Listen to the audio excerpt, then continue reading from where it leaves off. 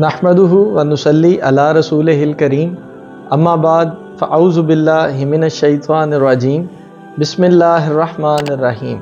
नाज़रीन, आज की इस नशिस्त में मैं आपको खुशामदीद कहता हूँ। आखिरी नशिस्त के अंदर हमने बात की थी सूरह बकरा आयत नंबर 10 और वो उस आयत का पार्ट नंबर 1 था। आज हम बात करेंगे इस आयत के पार्ट नंबर 2 पे। अच्छा, इस आयत का तर्जमा कुछ यूं था, इनके दिलों में बीमारी है, बस अल्लाह ने इनकी बीमारी को और बढ़ा दिया और उनके लिए दर्दनाक अजाब है इस वजह से कि वो झूठ बोलते थे। तो नाजरीन, आखिरी नशिस्त के अंदर हमने दिल की 2 बीमारियों पर बात की थी। उसमें नंबर 1 पे थी हिर्स, जिसे आप तमा या लालच कह सकते हैं, और दूसरी बीमारी थी बुखल। दिल की बीमारियां बुनियादी तौर पर बहुत सारी हैं, लेकिन इन लेक्चर्स के लिए हमने 4 बीमारियों की सिलेक्शन की थी। तो आज मैं 2 बीमारियों पर और बात करूंगा और उस पर मैं आका करीम की आज के लेक्चर में अहादीस मुबारका की रूह से जो है वो स्पेशली बात करूंगा। तो आज की जो हमारी तीसरी बीमारी है वो है हसद। ये बहुत ख़तरनाक बीमारी है नाजरीन, और हम में से तकरीबन 90 to 95% लोग जो हैं वो इस बीमारी के अंदर मुब्तला हैं। तो इस बीमारी को हमें अपने अंदर से निकालना है। तो ये बीमारी है क्या, इसकी पहले मैं आपको डेफिनेशन समझाने की कोशिश करता हूँ। ये बीमारी है बेसिकली, अल्लाह ताला ने अगर किसी शख्स को कोई नेमत अता की हो तो आप क्या करें, उसकी उस नेमत को देखकर अपने दिल ही दिल में ख्याल करें कि अल्लाह रब्बुल इज़्ज़त की ज़ात उससे ये नेमत छीन ले, चाहे मुझे ये नेमत हासिल हो या ना हो। ये है नाजरीन हसद, और ये बड़ी ही ख़तरनाक बीमारी है, और हम में से ज़्यादातर लोग इसमें मुब्तला हैं। मसलन आप अपनी डेली लाइफ के अंदर इस चीज़ को ऑब्ज़र्व कर सकते हैं। हम अपने ऑफिस में जाते हैं, जब हम अपने ऊपर अफसरान को देखते हैं तो उनको देख के हमारे दिल में इस तरह की जो फीलिंग्स क्रिएट होती हैं, वो फीलिंग्स बेसिकली हसद हैं। आप अपने कारोबार में इन्वॉल्व हैं तो वहाँ पर आपके अंदर अगर इस तरह की फीलिंग्स इन्वॉल्व हों तो आप महसूस कर लीजिएगा कि आपके अंदर जो है वो हसद जन्म ले रहा है। तो इस बीमारी को नाजरीन अपने अंदर पैदा ना होने दीजिएगा। ये बहुत ही ख़तरनाक बीमारी है। ये बीमारी आपकी रूह को बीमार कर देती है, आपके सीने के अंदर बुग़्ज़ का बीज बो देती है, आपके तमाम नेक अमाल जो हैं उसको तलफ कर देती है, और आप से रब की याद की जो तौफीक है वो छीन लेती है। तो नाजरीन, ये बहुत ही ख़तरनाक बीमारी है। हमारे और मेरे और आपके प्यारे आका करीम हज़रत मोहम्मद मुस्तफ़ा सल्लल्लाहु अलैहि वसल्लम ने इस बीमारी के बारे में बहुत सारे इरशादात फरमाए हैं। उनमें से कुछ मैं आपके सामने रखता हूँ। आका करीम ने फरमाया, एक दूसरे से हसद ना करो, एक दूसरे से बुग़्ज़ ना रखो, दूसरों के ज़ाहरी ऐब ना तलाश करो, दूसरों के बातनी ऐब ना तलाश करो, एक दूसरे के लिए धोखे से कीमतें ना बढ़ाओ, और अल्लाह के ऐसे बंदे बन जाओ जो आपस में भाई भाई हैं। नाजरीन, अगर आज हम अपने गिरेबान के अंदर झांक कर देखें तो हम में से बेशतर इन्हीं चीज़ों के पीछे लगे हुए हैं। हसद हम में आम है, बुग़्ज़, हसद और बुग़्ज़ सेम कैटेगरी में आते हैं, हम में आम है। दूसरों के ऐब तलाश करना और उन ऐबों को तलाश करके उसकी टांगे खींचना, वो तरक्की ना कर पाए उसकी राह में डोरे अटकाना, ये चीज़ें नाजरीन हमारे अंदर बहुत आम हो चुकी हैं। तो नाजरीन, इन चीज़ों को अपने अंदर से निकाल कर बाहर फेंकें। अगर आप अपने रब से दोस्ती करना चाहते हैं, रब से दोस्ती करने के लिए हमें इन चीज़ों से आज़ादी हासिल करनी पड़ेगी, इन चीज़ों को खुद से निकाल बाहर फेंकना पड़ेगा। जब तक हम ये स्टेप नहीं लेंगे तब तक नाजरीन हम अपने रब के दोस्त नहीं बन सकते।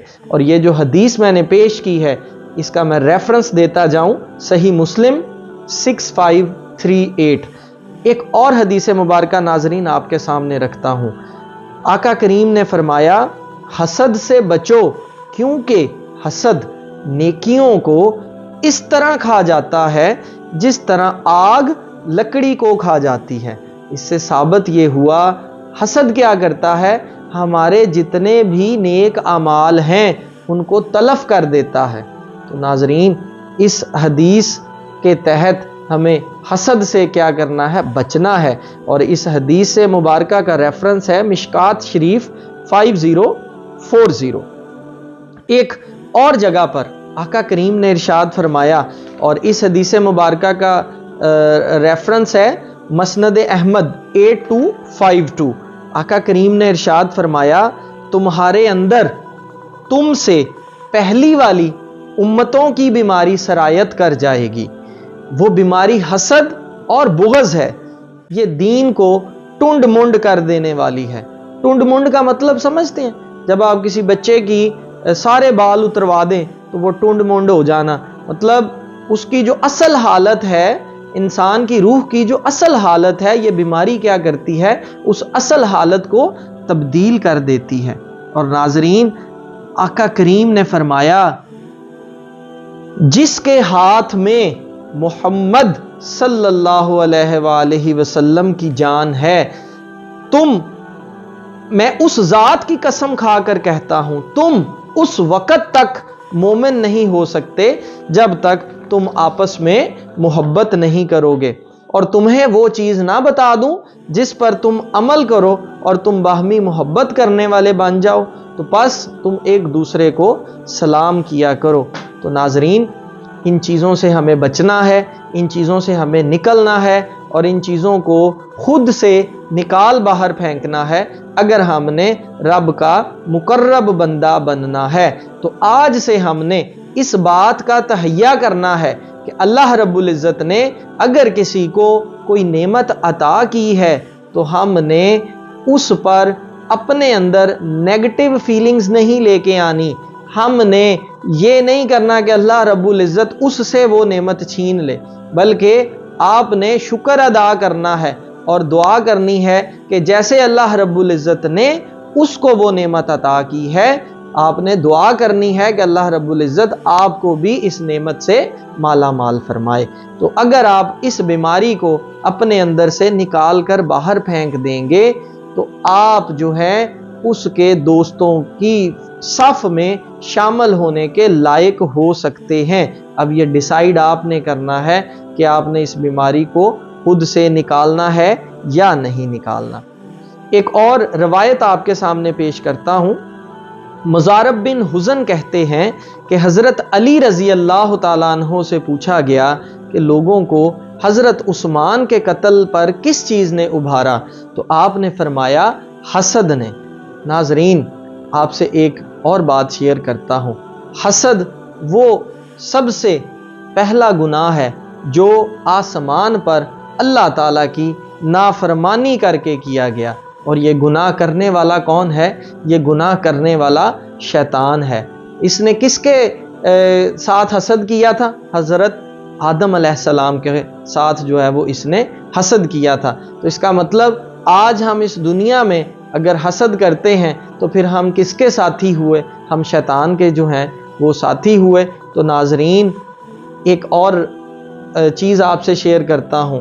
اس دنیا میں جو سب سے پہلا قتل ہوا وہ بھی حسد کی بنیاد پر ہی ہوا تھا۔ بھائی نے بھائی کا جو قتل کیا تھا وہ بھی حسد کی بنیاد پر ہی ہوا تھا۔ یہ کتنی خطرناک بیماری ہے، آپ اس بیماری سے، ان باتوں سے اس بیماری کا اندازہ جو ہے وہ لگا سکتے ہیں۔ تو ناظرین ہم نے کیا کرنا ہے؟ ہم نے آج سے تہیہ کرنا ہے کہ ہم نے اس بیماری کو خود سے نکال باہر پھینکنا ہے۔ آج کی چوتھی بیماری پہ بات کرتا ہوں، اور چوتھی بیماری جو ہے وہ ہے غرور۔ غرور کیا ہے؟ خود کو دوسروں سے برتر جاننا، خود کو دوسروں سے افضل جاننا۔ تو اگر آپ کے اندر یہ بیماری ہے تو ناظرین آپ اس کے دوستوں کی صف میں شامل نہیں ہو سکتے۔ تو میں ایک کوئک ریویو دوں पिछली नशिस्त के अंदर हमने जिस बीमारी पर बात की थी वो थी हिर्स, तमा, लालच। इन चीज़ों को हमने अपने से बाहर निकालना है। दूसरे नंबर पे हमने बात की थी बुखल पे, और बुखल जो है वो बहुत सारी चीज़ों में हम करते हैं। इस बुखलियत को हमने अपने अंदर से निकाल बाहर फेंकना है। आज हमने तीसरे नंबर पे बात की हसद पे। इस हसद को नाजरीन हमने खुद से निकाल बाहर फेंकना है। चौथे नंबर पे मैंने गुरूर की जो डेफिनेशन है वो आपसे शेयर की, और ये गुरूर जो है वो हम अपने लाइफ के अंदर बहुत सारे मकामात पर करते हैं, तो इस गुरूर को भी हमने खुद से निकाल बाहर फेंकना है। नाजरीन, एक शॉर्टकट सा फार्मूला मैं आज आपसे शेयर करता हूँ। ये तो मैंने दिल की कुछ बीमारियां आपसे शेयर की थी। इन दिल की तमाम बीमारियों को अगर आप खुद से ख़त्म करना चाहते हैं तो इसका एक शॉर्टकट फार्मूला है, वो कलमा तैयबा जिसको पढ़कर हम मुसलमान होते हैं। जब तक हम उसकी हकीकत को नहीं समझेंगे, हम अपनी दिल की बीमारियों को जो है वो ख़त्म नहीं कर सकते, उनसे छुटकारा हासिल नहीं कर सकते। तो कलमा तैयबा की हकीकत जो है वो मैं आज आपके सामने रखता हूँ मुख्तसरन तौर पर, मैं डिटेल में नहीं जाऊँगा। तो अगर हमने दिल की इन बीमारियों से बचना है तो कलमा तैयबा को समझने की कोशिश करें। मेरी गुजारिश है आपसे, मैं उसके कुछ हिस्से, कुछ पहलू आपसे शेयर करता हूँ। नाजरीन, कलमा तैयबा के बुनियादी तौर पर 3 हिस्से हैं। ला, नंबर 2 इल्लल्लाह, नंबर 3 मुहम्मदुर रसूलुल्लाह। कलमा तैयबा के अंदर जो ला है वो मेरे लिए है, आपके लिए है। उसके बाद इल्लल्लाह, वो अल्लाह रब्बुल इज़्ज़त की ज़ात के लिए है। और तीसरे नंबर पर मुहम्मदुर रसूलुल्लाह सल्लल्लाहु अलैहि वसल्लम, वो मेरे और आपके प्यारे आका करीम के लिए है। तो नाजरीन, अगर मैं कलमा तैयबा के इस ला को समझ लूँगा तो मैं दिल की तमाम बीमारियों से छुटकारा हासिल कर लूँगा। नाजरीन, ला का बेसिक माना क्या है, बुनियादी माना क्या है? ला का माना है नहीं। नहीं का मतलब हमें खुद में से किसी चीज़ की नफ़ी करनी पड़ेगी, क्योंकि ला इस ज़ात के लिए है। जब मैं कलमा तैयबा का इकरार करता हूँ, इसका मतलब मैंने ला का भी इकरार किया, मैंने इल्लल्लाह का भी इकरार किया, मैंने मुहम्मदुर रसूलुल्लाह का भी इकरार किया। तो नाजरीन, ला मेरे लिए है। जब तक मैं अपनी इस वजूद पर ला को अप्लाई नहीं करूँगा। ला अप्लाई करने का मतलब क्या है? ला अप्लाई करने का मतलब है मुझे खुद की नफ़ी करनी पड़ेगी। इस ज़ात के अंदर 2 ताकतें मौजूद हैं। जो नेगेटिव ताकत है उसका ताल्लुक मेरे दिल की बीमारियों से है, जो पॉजिटिव ताकत है उसका ताल्लुक अल्लाह रब्बुल इज़्ज़त से है। तो अगर मैं अपने अंदर से ला अपनी इस ज़ात पर ला अप्लाई कर दूंगा, मतलब मैं जो मनफी ताकत है उसको अपनी इस ज़ात से अगर निकाल दूंगा तो पीछे नाजरीन पॉजिटिव ताकत बचेगी, मतलब अल्लाह रब्बुल इज़्ज़त की ताकत बचेगी। तो तमाम की तमाम दिल की बीमारियां मेरी शीशे की तरह साफ हो जाएंगी। तो इस ला को अपनी इस ज़ात पर नाजरीन अप्लाई कर लें। इस ज़ात पर अप्लाई करने का मतलब क्या है? ज़िंदगी के हर मामले में अपनी नफ़ी करें, खुद को कमतर जाने, दूसरों को अफजल जाने, इकट्ठे बैठे हों दूसरों को तरजीह दें। तो नाजरीन, अगर आप अपने इन तमाम मामलात के अंदर क्या करेंगे? खुद की नफ़ी करेंगे, तो आहिस्ता आहिस्ता एक वक़्त ऐसा आएगा आपके दिल से ये तमाम की तमाम बीमारियां ऑटोमेटिकली ख़त्म होती चली जाएंगी। अल्लामा इकबाल ने इस पर एक बड़ा खूबसूरत शेर जो है वो कहा है, मैं आपसे शेयर करता हूँ। इकबाल ने फरमाया, खुदी को कर बुलंद इतना कि हर तकदीर से पहले खुदा बंदे से खुद पूछे, बता तेरी रज़ा क्या है। तो नाजरीन, ये खुदी है क्या? ये इस खुदी का ताल्लुक कलमा तैयबा के इस ला के अंदर छुपा हुआ है, और ये खुदी ही है जिसको हम बुलंद करके, मतलब जैसे मैं ला को इस पर अप्लाई करूँगा, मैं अपनी ज़ात की नफ़ी करता चला जाऊँगा। फिर एक मकाम आएगा, मेरा रब मुझसे पूछेगा, ऐ मेरे बंदे अब बता تیری رضا کیا ہے، جو تو چاہتا ہے میں وہی کام کر دوں گا۔ تو ناظرین اس لا کو اس ذات پر اپلائی کر دیں، اور میں ایک آخری قرآن پاک کی آیت کو ایڈ کرتے ہوئے اپنے اس لیکچر کو اختتام کی طرف لے کر جاتا ہوں۔ تو ناظرین ایک بات یاد رکھیے گا، اللہ رب العزت سورۃ ال عمران کے اندر آیت نمبر 14 میں ارشاد فرماتا ہے، بہت خوبصورت آیت ہے یہ چیزوں کو سمجھنے کے لیے۔ اللہ رب العزت ارشاد فرماتا ہے کہ لوگوں کے لیے ان خواہشات کی محبت آراستہ کر دی گئی ہے، مطلب بائی ڈیفالٹ اس باڈی کے اندر اللہ رب العزت نے کچھ چیزوں کو ڈال دیا ہے۔ وہ کیا ہے؟ ان میں عورت شامل ہے، ان میں اولاد شامل ہے، ان میں چاندی کے جمع کیے ہوئے خزانے شامل ہے، مطلب مال و دولت شامل ہے، مال مویشی شامل ہے، اور اینڈ پہ اس آیت میں اللہ رب العزت ارشاد فرماتا ہے یہ سب دنیاوی زندگی کا سامان ہے اور اللہ کے پاس بہتر ٹھکانہ ہے۔ تو اس آیت نے مجھے میری بہت ساری باتوں کے جواب دیے کہ یہ جو ظاہری چیزوں کی جو لالچ ہے یہ بائی ڈیفالٹ میرے اندر موجود ہے، کرنا میں نے کیا ہے؟ میں نے اسی کو تو جو ہے وہ انکار کرنا ہے۔ یہ جو بائی ڈیفالٹ میرے اندر یہ چیزیں رکھ دی گئی ہیں انہی کو تو میں نے انکار کرنا ہے، اور ان کو انکار کر کے میں نے کیا کرنا ہے؟ میں نے اس کے دوستوں میں شامل ہونا ہے۔ اور ساتھ ہی اسی سورت کے اندر آیت نمبر 17 میں اللہ رب العزت طریقہ بھی بتا رہا ہے، اگر ان چیزوں کی محبت جو میں نے تمہارے اندر بائی ڈیفالٹ رکھ دی ہے تم نے اس سے چھٹکارا حاصل کرنا ہے، تو اللہ رب العزت ارشاد فرماتا ہے سورۃ آل عمران آیت نمبر 17 میں، اے میرے بندے تو صبر کرنے والا بن جا، اے میرے بندے تو سچا بن جا، اے میرے بندے تو فرما بردار بن جا، اے میرے بندے تو اللہ کی راہ میں خرچ کرنے والا بن جا، اور اے میرے بندے تو پچھلی رات کو مغفرت مانگنے والا بن جا۔ یہ 5 صفتیں اے میرے بندے تو اپنے اندر پیدا کر لے۔ میں دنیا کی جتنی بھی محبتیں ہیں، جتنی بھی تیرے دل کی بیماریاں ہیں، میں وہ سب کی سب تیرے اندر سے نکال باہر پھینکوں گا، اور بدلے میں تجھے کیا عطا کروں گا؟ تجھے ایک سلطنت عطا کروں گا۔ وہ سلطنت پتہ کیا ہے؟ وہ سلطنت آپ کی پاکیزہ سوچ ہے۔ جب اے میرے بندے تو اپنے اندر یہ 5 صفتیں پیدا کرے گا، تو صبر والا ہو جائے گا، تو سچا بن جائے گا، تو فرما بردار بن جائے گا، تو میری راہ میں خرچ کرنے والا بن جائے گا، اور پچھلی رات کو مغفرت مانگنے والا بن جائے گا، تو میں تجھے ایک سلطنت عطا کروں گا۔ وہ سلطنت پتہ کیا ہے؟ وہ سلطنت پھر آپ کی پاکیزہ سوچ ہے۔ وہ آپ کی سوچ کو کیا کرے گا؟ پاک کر دے گا، صاف کر دے گا۔ جب آپ کی سوچ پاکیزہ ہو جائے گی تو پھر اس کا مطلب ہے آپ کے اندر جو نیگیٹو فنکشن ہے وہ آف ہو جائے گا، وہ جو پازیٹیو فنکشن ہے وہ آن ہو جائے گا۔ پھر پتہ کیا ہوگا؟ پھر آپ اس کے دوستوں کی صف میں شامل ہو جائیں گے۔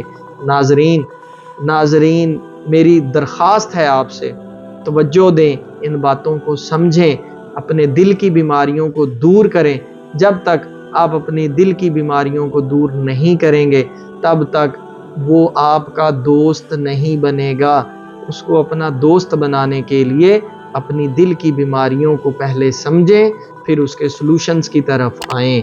اور خدا را میری آپ سے گزارش ہے، اپنی زندگیوں سے جھوٹ کو ختم کر دیں۔ جھوٹ بہت خطرناک بیماری ہے اور اس کی وجہ سے بہت دردناک عذاب ملے گا آخرت میں۔ دعا کرتا ہوں اللہ تبارک و تعالی ہمیں ان باتوں کو سمجھنے کی توفیق عطا فرمائے، آمین۔